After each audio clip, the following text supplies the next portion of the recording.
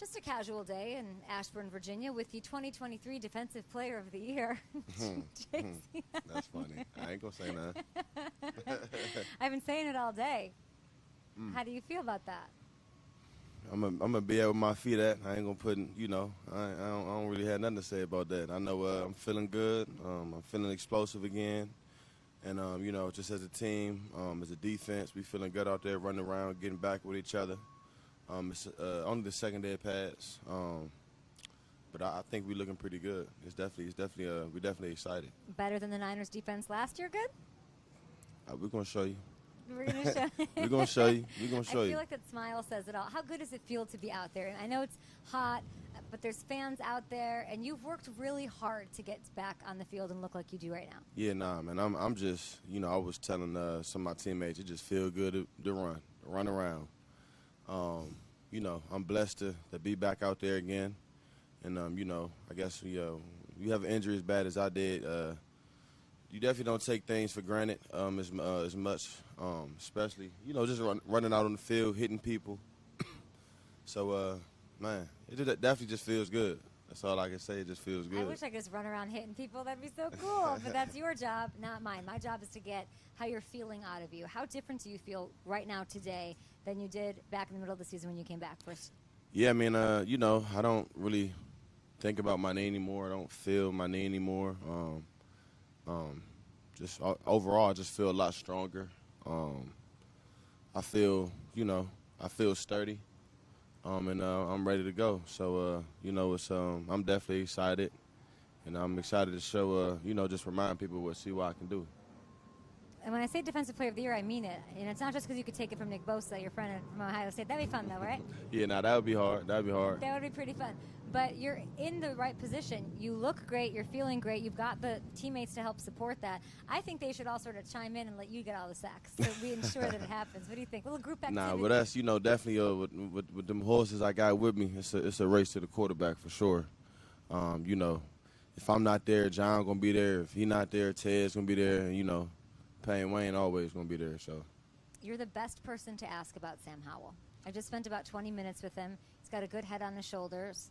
Coach Rivera said he's got moxie. He's got the arm. Antonio Gibson said he can really hit in tight spaces. Add to his narrative. What has he got?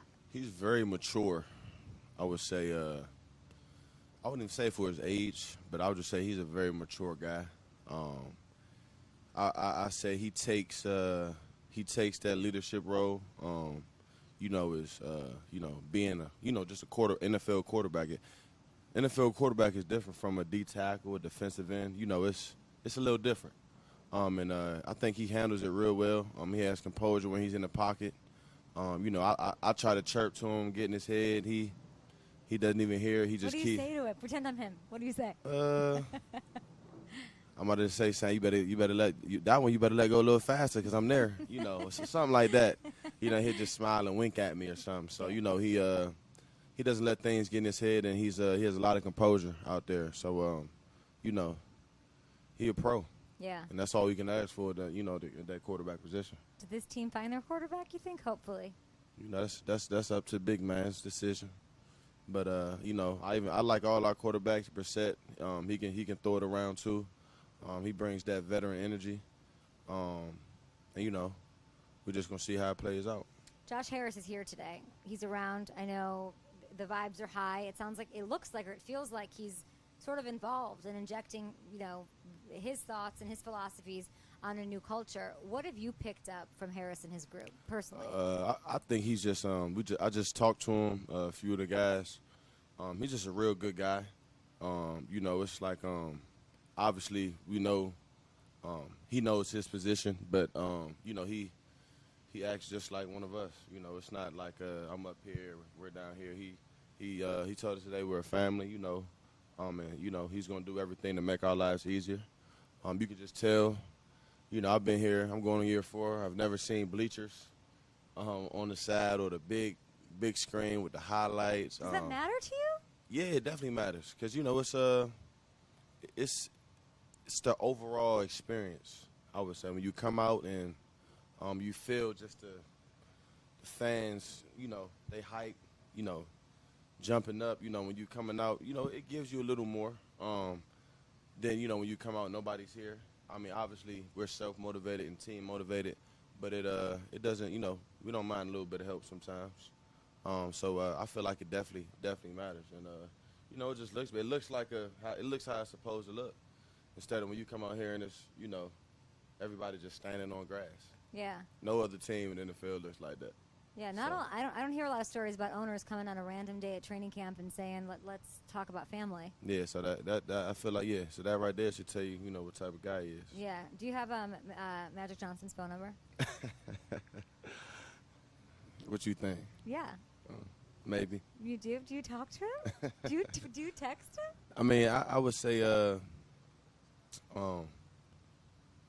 know, maybe. Maybe. What is it, an unreal moment? I know you've met him. You have his phone number. What's that relationship like as it's building? Well, I'm just excited that he's a part of what we have going on. He knows. That's one thing about Magic Johnson. Obviously, he knows sports. He knows ball. And, you know, obviously, I'm under Rich Paul as well. So, you know, Rich, he knows everybody. So, you know, it's cool to have all those connections and just us to be tied on a different level. Love that. I love everything I'm hearing. I'm so happy for you. I appreciate you. Last time I saw you was at the end of April with your agent, of course, and this whole fifth-year option had just happened. I feel a different energy from you even now. What's your relationship with the money of all of this and the contract status? Yeah, with me, you know, I really never really paid attention to the outside noise. For me, it was always, you know, Chase is 100%. You know, Chase is pretty good. And for me, so I was just always being where my feet was at, and just trying to get healthy. And now I'm healthy. Let's see what happens. Yeah. Do you think it's? I'd like to tell you that I think it might be a blessing in disguise. Yeah, I've heard that here and there. I think things. You know. What do you think of that?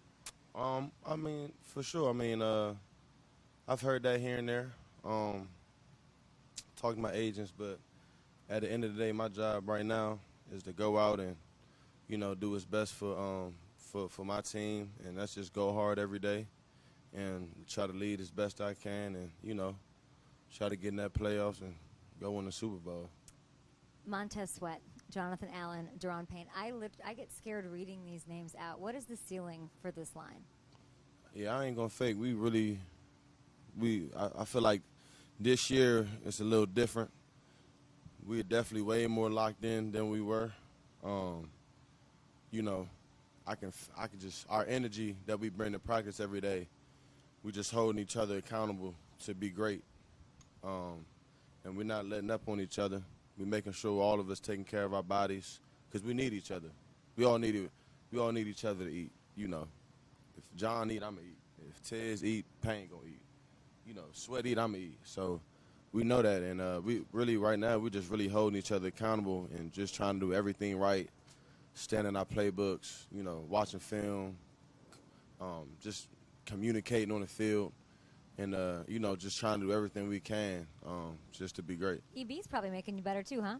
Oh, yeah, we make him better, too. You make him better? Yeah, we make him better, too. Who makes you the more it's better? Even. It's 50-50. Yeah. It's 50. EB, man, I love EB because he comes to work every day, and he's holding everybody accountable, and he going hard. Tell me about his voice. I hear his voice kind of.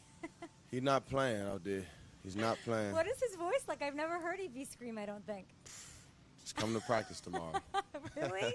Come to practice. You're going here. Last one for you. Quinnen Williams, I got to hang out with him with the Jets a couple of days ago. He obviously got the bag. He's, you know, he feels good. All of that's going into this year. And he told me that when he's hitting those tackling dummies, he pictures like a 1970s Chevelle because he thinks about buying one. So whenever, you know, because he's so nice. And you're nice, too, and you're chill. So what, you know, like, what do you think of when you're about to make that hit? What do you think of?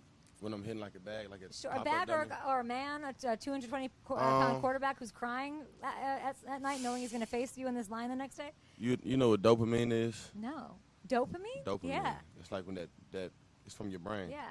Like when something, you know, real great in your life happens, you feel that like that, you know, that's that drip of dopamine.